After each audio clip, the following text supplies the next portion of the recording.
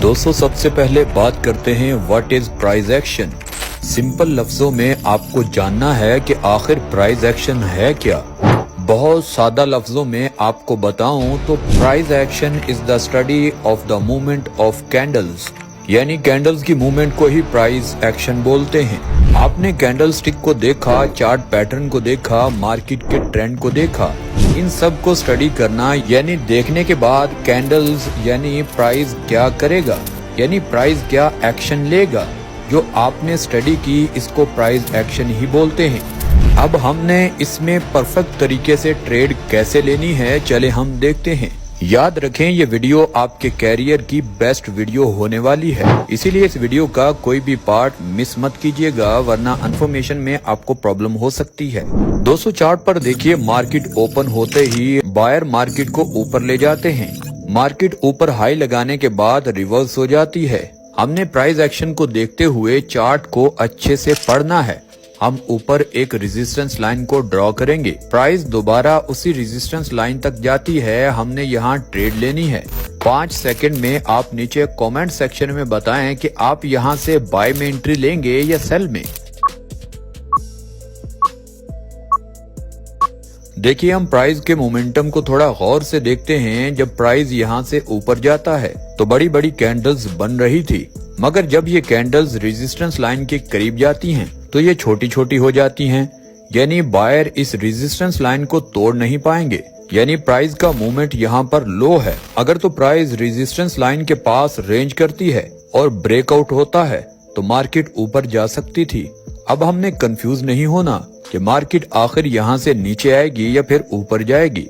तो देखिए resistance line पर हमें एक रिजेक्शन कैंडल नजर आ रही है, साइड पर आपको और भी ये रिजेक्शन कैंडल्स नजर आ रही हैं। इनमें से कोई भी कैंडल मार्केट को रिवर्स कर सकती है, यानी कि इनमें इतनी ताकत होती है।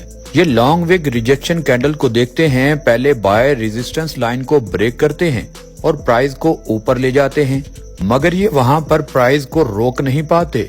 सेलर दोबारा प्राइस को रेजिस्टेंस लाइन के नीचे लाते हैं और long wick rejection candle close हो जाती है।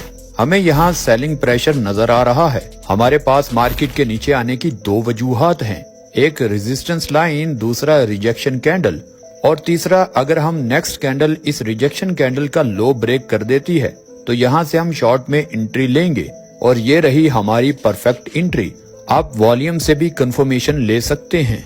अब हम डाउन ट्रेंड में देखते हैं, मार्केट नीचे लो बनाने के बाद एक बार ऊपर जाती है।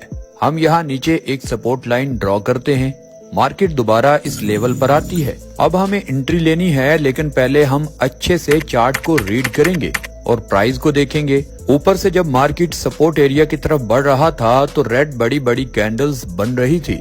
जैसे ही ये कैंडल सपोर्ट एरिया तक पहुंचती हैं तो सेम पीछे की तरह छोटी छोटी हो जाती हैं, यानी सेलिंग प्रेशर बहुत कम हो जाता है। जिन सेलर्स ने ऊपर से सेल किया था वो जल्दी जल्दी सपोर्ट एरिया तक अपना अपना प्रॉफिट बुक कर चुके हैं।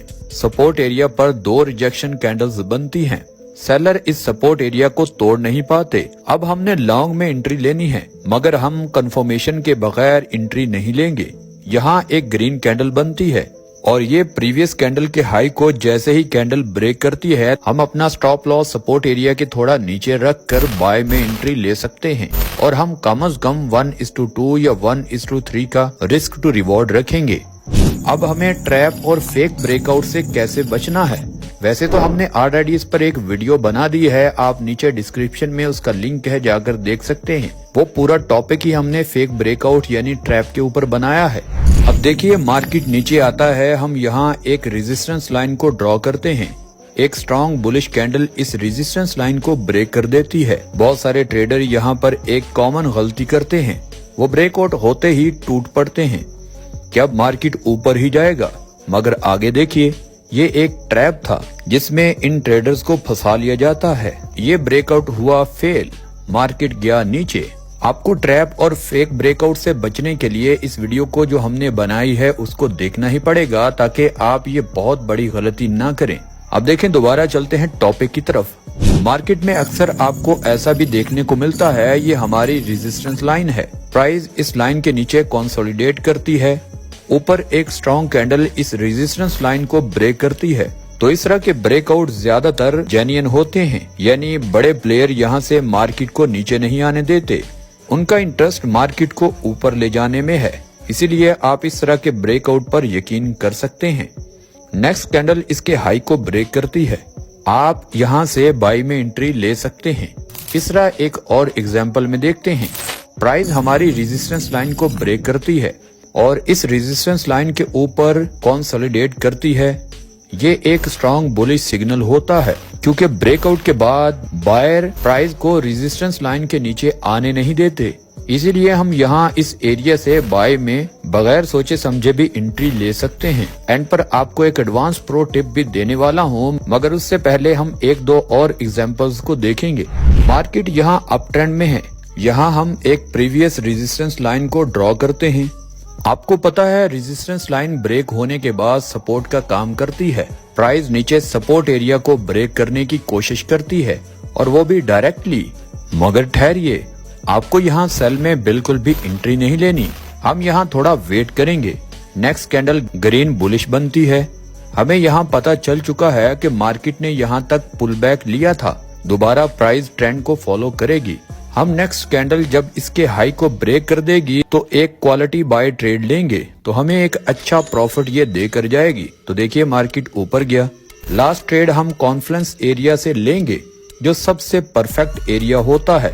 कॉन्फ्लुएंस एरिया क्या होता है, इस पर भी हमने डिटेल से वीडियो बनाई है, हमारे चैनल पर इसको जाकर जरूर देखें ताकि आपको परफेक्ट एंट्री मिल सके।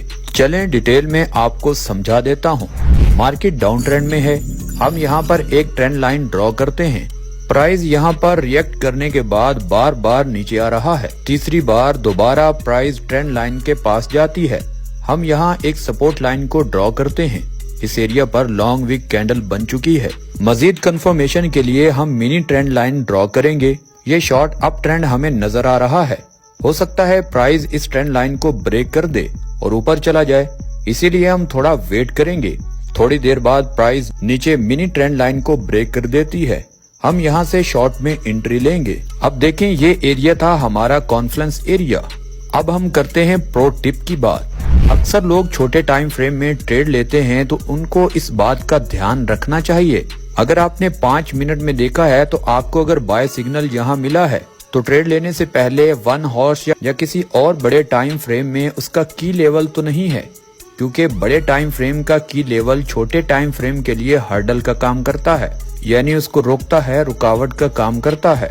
फॉर एग्जाम्पल हम यहाँ से बाय में ट्रेड ले लेते हैं, बड़े टाइम फ्रेम का रेजिस्टेंस लेवल ऊपर ही है, तो ज्यादा चांस होंगे कि प्राइस यहाँ से रिवर्स हो जाएगी, क्योंकि छोटे टाइम फ्रेम में हमें वो नजर नहीं आ रहा होता जो बड़े टाइम फ्रेम के अंदर हमें नजर आ रहा है।